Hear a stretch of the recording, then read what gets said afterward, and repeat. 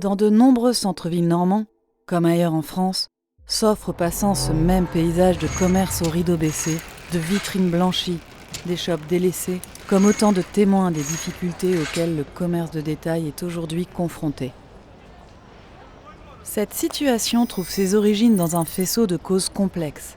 L'évolution des cœurs urbains et l'effacement progressif des attributs de la centralité, l'aménagement urbain qui contraint trop souvent l'accès au centre-ville, les changements structurels sur le temps long de la fonction commerciale dans ses formes, avènement de la grande distribution hier et du e-commerce de façon plus récente.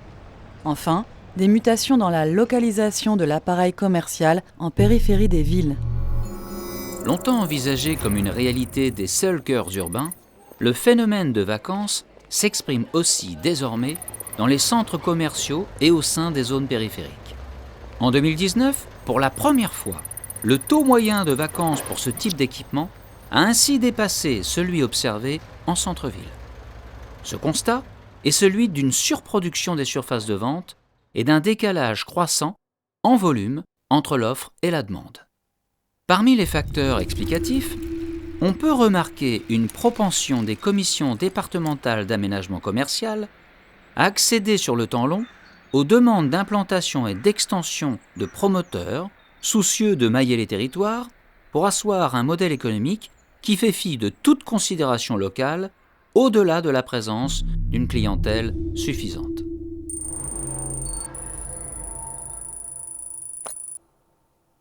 La zone d'aménagement concerté de Barentin, à l'ouest de Rouen, constitue à bien des égards l'archétype de ces espaces périphériques qui furent longtemps le vase d'expansion du commerce physique.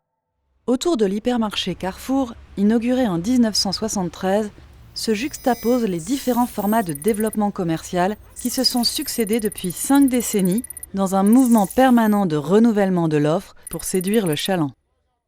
Une perte d'attractivité s'y exprime aussi, et un moindre rayonnement dont témoignent les fermetures régulières de magasins sans que ne prenne place une activité nouvelle.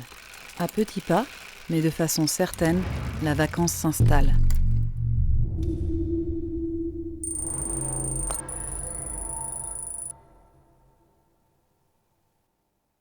La question du devenir de ces espaces se pose désormais. Sur le plan économique, une concurrence particulièrement rude s'installe avec l'essor du e-commerce et impacte les deux secteurs sur lesquels reposait hier le dynamisme des zones périphériques. 42% des achats d'équipements de la maison sont désormais réalisés en ligne. Dans le secteur de la mode, 16% des ventes en 2017 sont réalisées sur Internet contre 9% en 2011 et 2% en 2006. Dans le même temps, les achats des ménages stagnent et l'activité des magasins recule de 3,4%. Et les prévisions à l'horizon 2030 ne sont guère rassurantes. Le e-commerce pourrait représenter 20% du commerce de détail, 11 points de plus qu'aujourd'hui. À ces trajectoires correspondent de nouveaux défis pour les territoires face auxquels les dispositifs actuels de régulation apparaissent à la fois insuffisants et inadaptés. En matière d'urbanisme, la maîtrise spatiale du développement commercial, engagée dans le cadre des SCOT, schémas de cohérence territoriale, reste ancrée dans des zonages administratifs, sans lecture des pratiques de vie et de mobilité qui dictent la fréquentation des commerces. Elle explique en partie les situations de mise en concurrence entre la ZAC, zone d'aménagement concerté, de Barentin, l'espace des Docks 76, le centre-ville de Rouen et d'autres équipements distants d'une quinzaine de kilomètres et d'une dizaine de minutes par autoroute. Sur le même registre, l'absence d'interface d'échange entre acteurs publics et professionnels du secteur interdit la co-construction d'un projet de territoire autour du commerce, appuyé sur des logiques de complémentarité, en capacité de maintenir l'activité et les emplois associés.